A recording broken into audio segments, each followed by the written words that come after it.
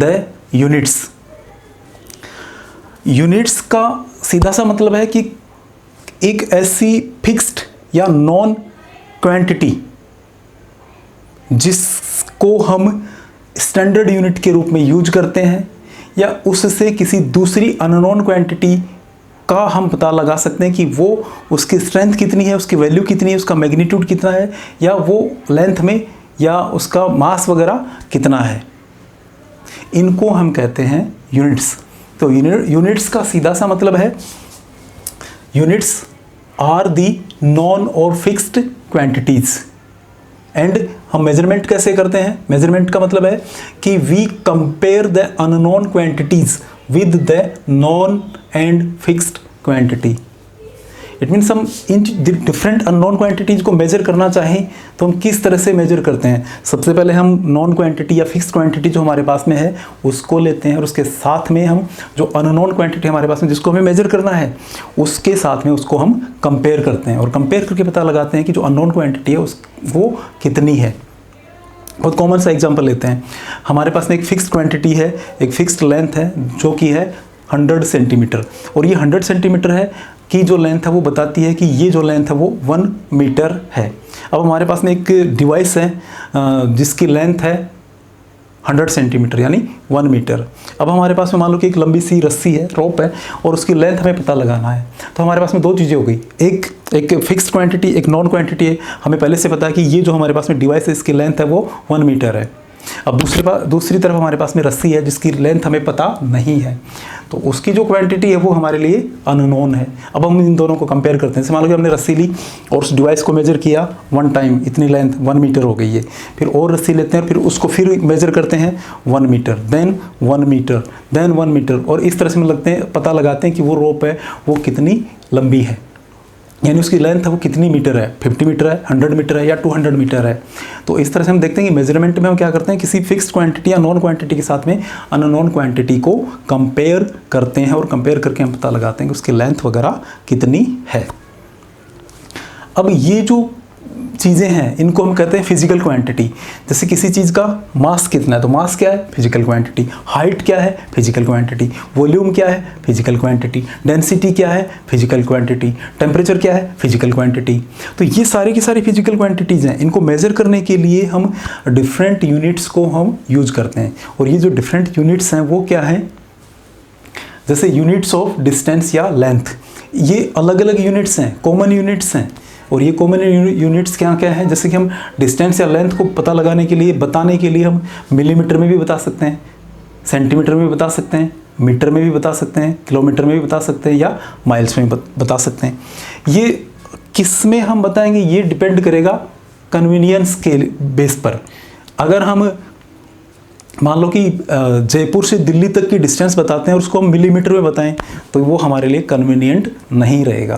तो फिर कन्वीनियंट हमारे लिए क्या रहेगा कि हम जयपुर से दिल्ली तक की जो डिस्टेंस है उसको हम किलोमीटर में बताएं, तो वो हमारे लिए कन्वीनियंट रहेगा।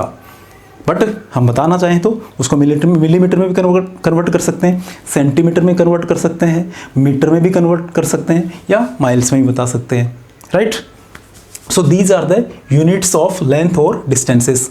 इसी तरह से एक चीज़ है जिसको हम कहते हैं मास। जैसे हम मिल्क लेके आते हैं तो सिंपली हम क्या कहते हैं, कितने किलो है या कितने लीटर है।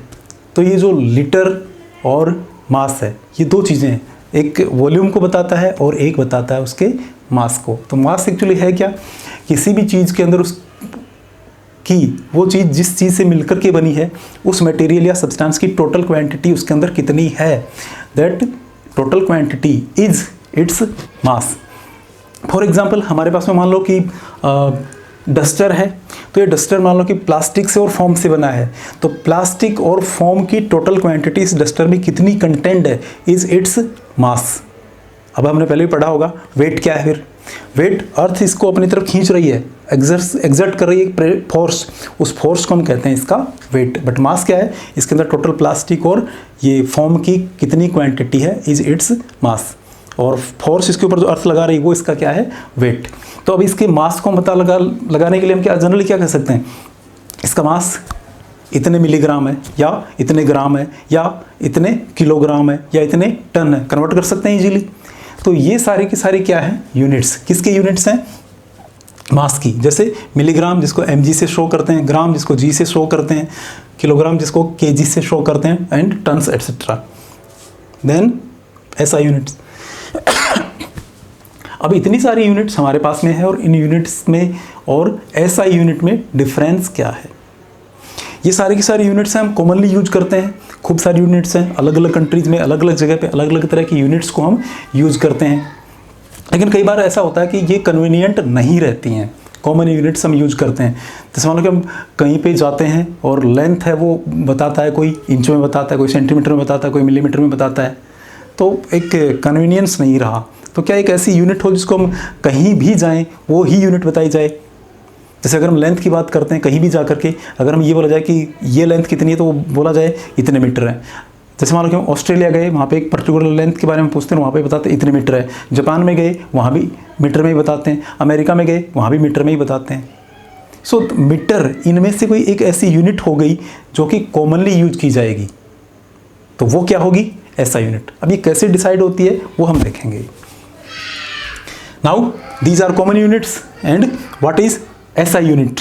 SI यूनिट का मतलब है कि फ्रांस के अंदर एक ऑर्गेनाइजेशन है जिसका नाम है सिस्टेमा इंटरनेशनल, और ये जो ऑर्गेनाइजेशन है वो इन डिफरेंट कॉमन यूनिट्स में से किसी यूनिट को डिसाइड करती है, और इसके जो कंट्रीज़ हैं, इसके मेंबर कंट्रीज़ जो हैं वो इसको एक्सेप्ट करते हैं और इंटरनेशनली उसको यूज करते हैं।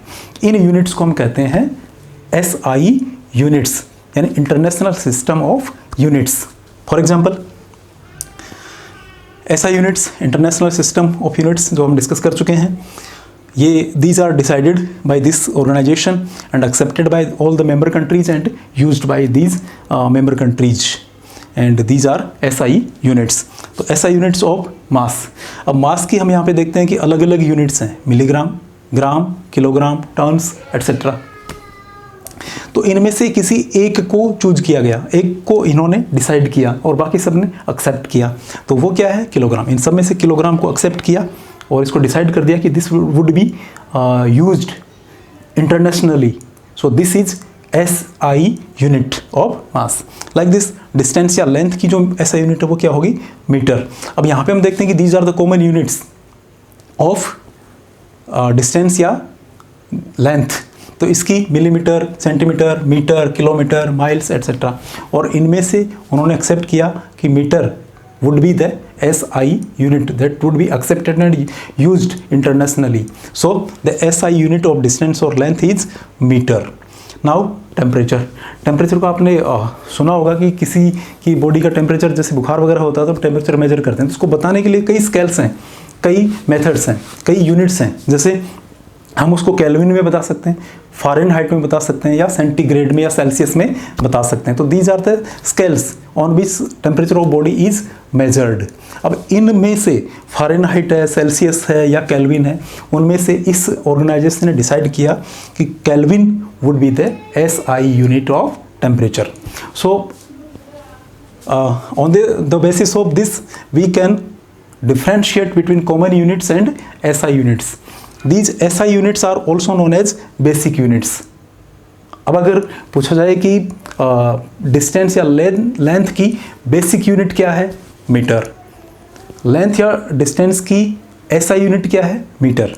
इट मीन्स जनरली हम SI यूनिट्स को बेसिक यूनिट भी बोलते हैं। So these are the basic units and common units. हम इजीली इनके बीच में डिफरेंशिएट कर सकते हैं।